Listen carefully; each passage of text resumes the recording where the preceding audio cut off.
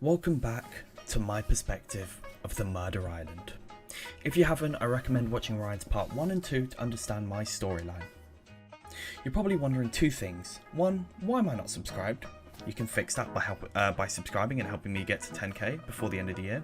And two, how did I survive? Well, this is where my story starts.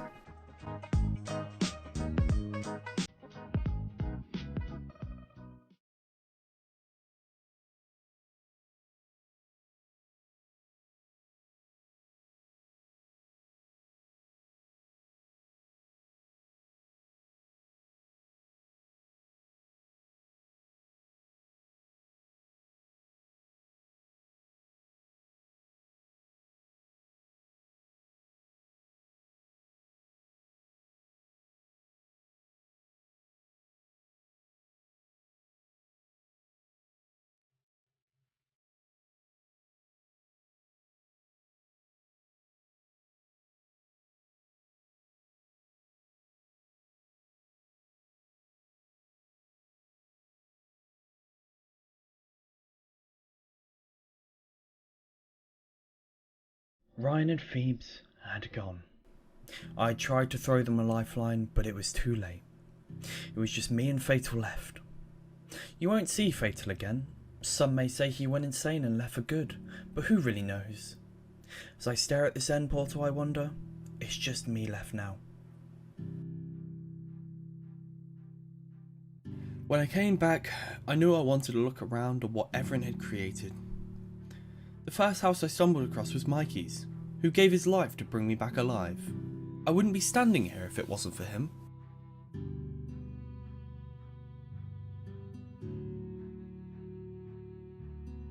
The next house I stumbled across was JD Kelly's, which was burnt by Duck during one of the island's encounters with him. It wasn't the same without him there. And next, my house, still intact. As I enter, I just wanted to make sure my stuff was still around, and I was still pretty hazy about what I had.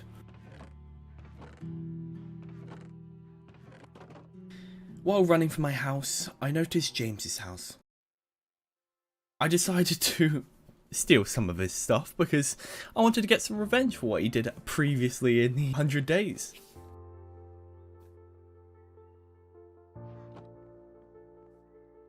As it approached night, I stumbled across Phoebes' tree base. I was watching the sunset.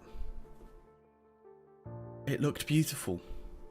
And then some phantoms tried to ruin it. At some point around midnight, I approached Ryan's house. It wasn't the same not seeing him there, guarding the doors like he usually does. I entered for some nostalgia, wondering what he had gotten up to in his 142 days of survival. On day 143, it was time for the funerals of the fallen ones. I head to the graveyard and I look around at all my friends who had departed me. I then notice him. Fueled with anger, I destroy his sentimental flower and leave him with nothing like he did with me. Before making the new graves, I pay my respect to Mikey, who had lost his life for me. I actually forgot the stones, so I had to run back and get some.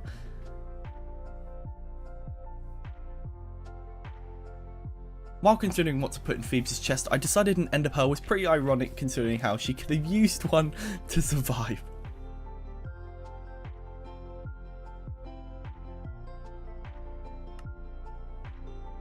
This part was hard for me, but I knew I had to do it. It was time for Ryan's deathstone. I deliberated what to put on his chest, but decided to repay the Heart of the Sea to honour him. I then realised I couldn't fit words onto a sign well, so I wrote what I could with the space given to me. It took me a while.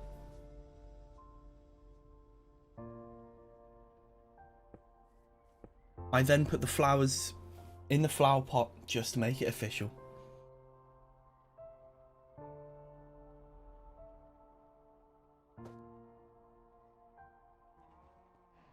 After finishing the funeral alone, I fixed up my pickaxe as I knew I'd be using that a lot in the coming days.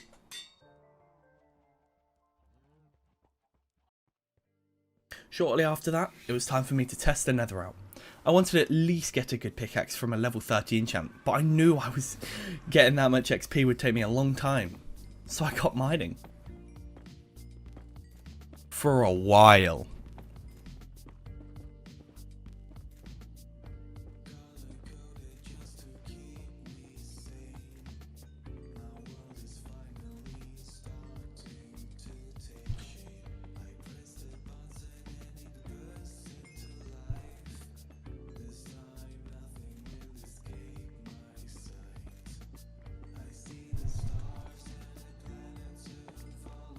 After a day had passed, I finally hit level 30 and was able to go home to go enchant my pickaxe. I got very lucky with my enchant, getting efficiency 4 and fortune 3. After stealing a sharpness 3 looting 3 sword out of a dead man's house, I knew what my destiny was. I needed gunpowder for TNT. It was my plan to blow up the island. If Ryan wasn't there, no one can be. I couldn't sacrifice for him, and I couldn't live on my own anymore.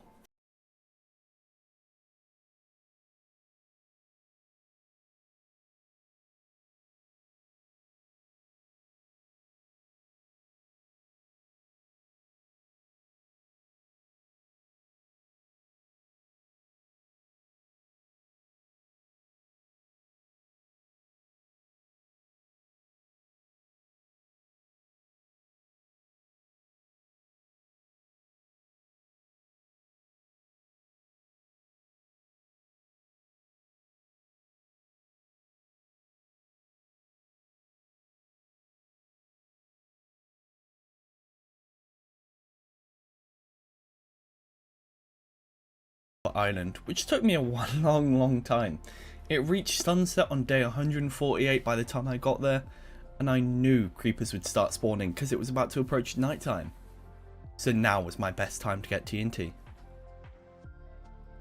After some really bad PvP skills from me, I finally began my journey to get gunpowder. I won't show you all of the grinding, but I was there for a long time. I even found a desert temple, which I forgot to loot because I only stole the TNT from.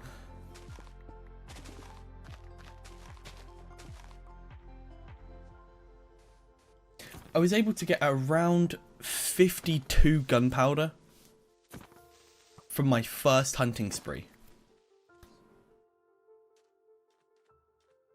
I decided to head back as I thought I had enough.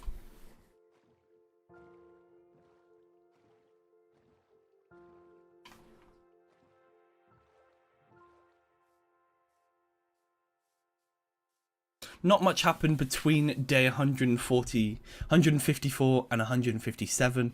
However, the footage from these days got lost, so somewhat what got missed. I was planning to head back to the place where it all began, my death scene.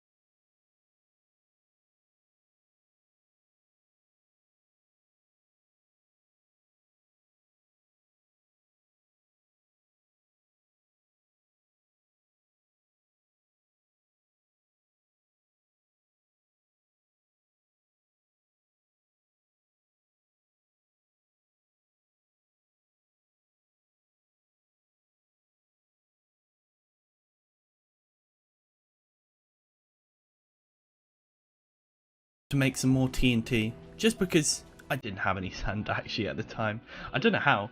I was in a desert for a long time, so I decided to just ruin Ryan's property. I had around 38 TNT. I went to this house first. I don't know whose house it was. I went to this house first.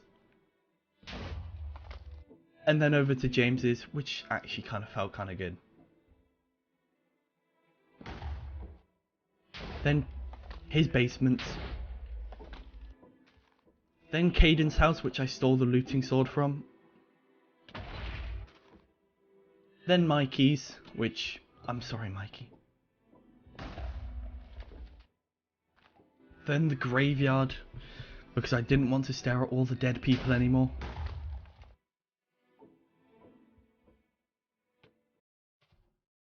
Then Phoebe's treehouse, which I actually put a lot of TNT in, which is kind of overkill.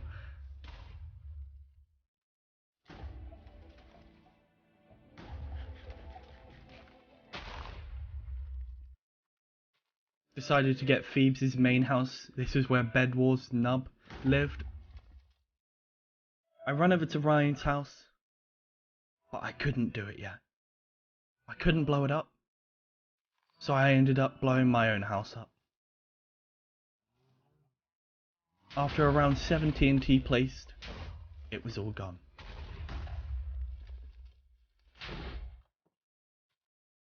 After some time, I finally put Ryan's house out of his misery.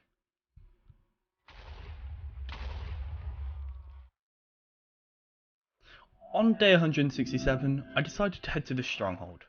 This was because, if you remember from before we were in the end, we were heading for some elytras, but at that time we actually forgot, because of everything that went down, I forgot to go get any elytra, and I decided before we end it, I wanted to fulfill my mission.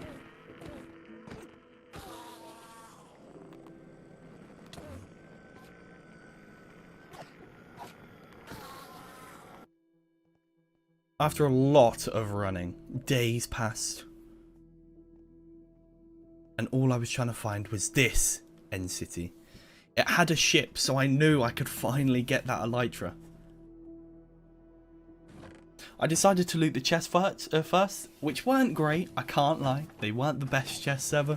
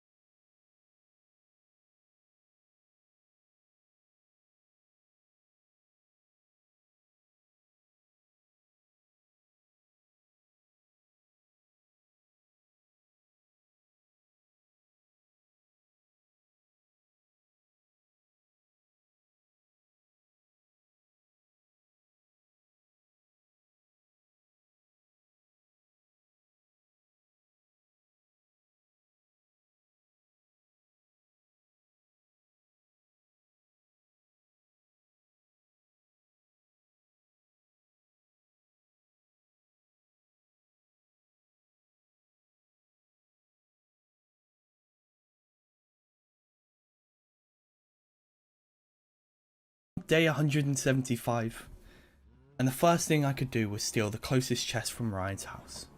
He actually had 15 TNT, which I could have used, but I kind of forgot.